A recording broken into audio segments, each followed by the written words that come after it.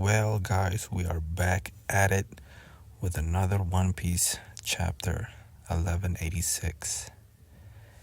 And this chapter, people, when I tell you, is off the charts. Jesus, this is one of the best chapters I've read in One Piece overall. It's so satisfying. And we start the cover page with Loki secretly drawing a picture of Eda, and Eda secretly enjoying it. Then we turn to the page. Brook uncovers the shock from the sight in front of him and immediately runs to Reverend's body, demanding a medic to save him.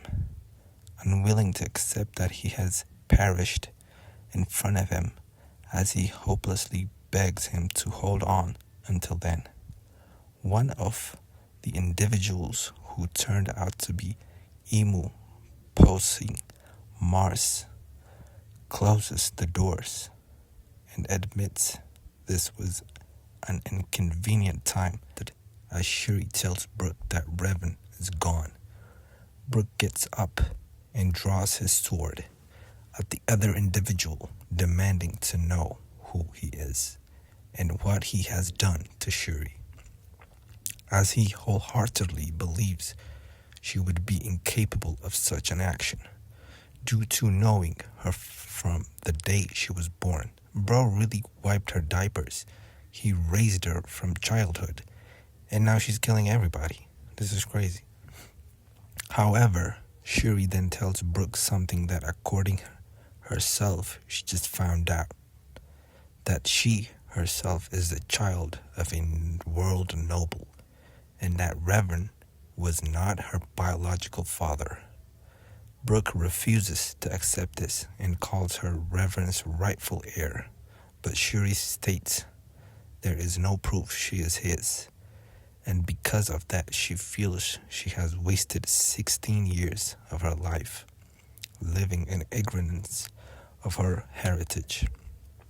In addition, Shuri reveals to Brook that Revan lied about that slaves the world nobles wanted. They really wanted her, and as such, Shuri condemns Revan for letting his people die for only one person, and the reason why she killed him, to end this right for good. Now, she killed her father, the person who raised her, just because he lied about her. I mean, she really did end the war right here, but this is crazy. Even though this will mean Asperia will become a lawless wasteland, the other individual who is revealed to be a knight of God named Manmyar Guru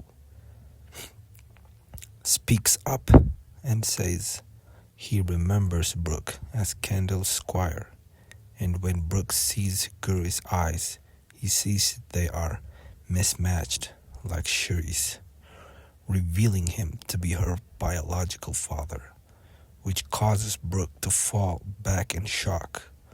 Guru states he normally would not come all this way to pick up a child, but according to him, bipolar erases are extremely rare and valued by Emu.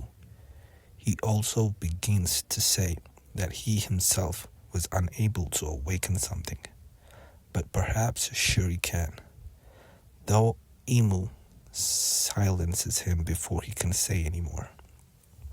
Guru tells Shuri to make it quick, and she approaches him with her sword. All the while, Brook begs tearfully, he is literally crying right here, that this is not who she truly is. Shuri shuts him up, stating she owes him nothing and that she no longer needs him, before driving her sword through his head and leaving with Goro. Fortunately, Brook survived, as the sword completely missed his major arteries and brain stems, so the damage was relatively minimal.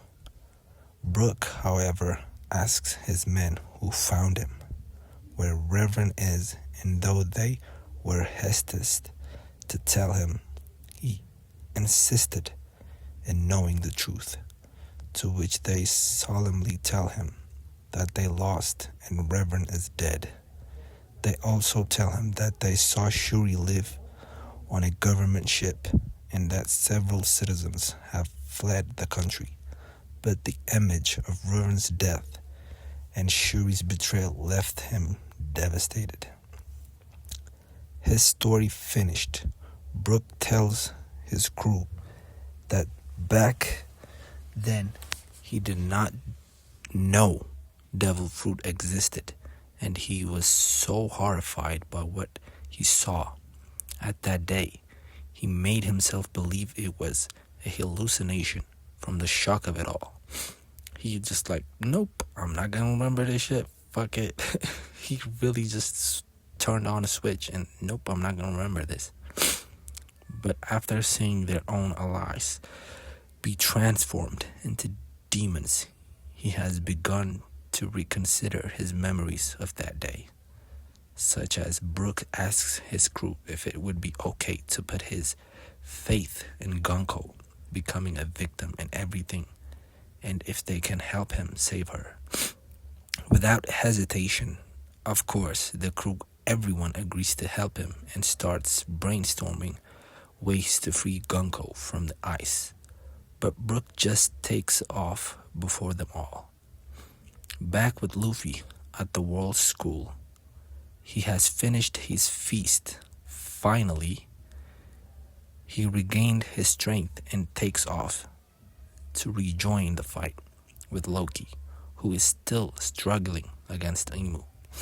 Loki calls out Imu that he is fighting dirty by taking children hostage, but Imu reveals to Loki that 800 years ago, the giants once lost a battle by saving children, and this is precisely why he chose to target.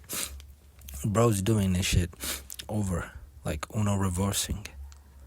Loki is confused by Imu's words as he continues explaining that the nature of her rares cannot change no matter how much time passes. And once he has all the children in grasp, he will be able to control the giants as he so pleases.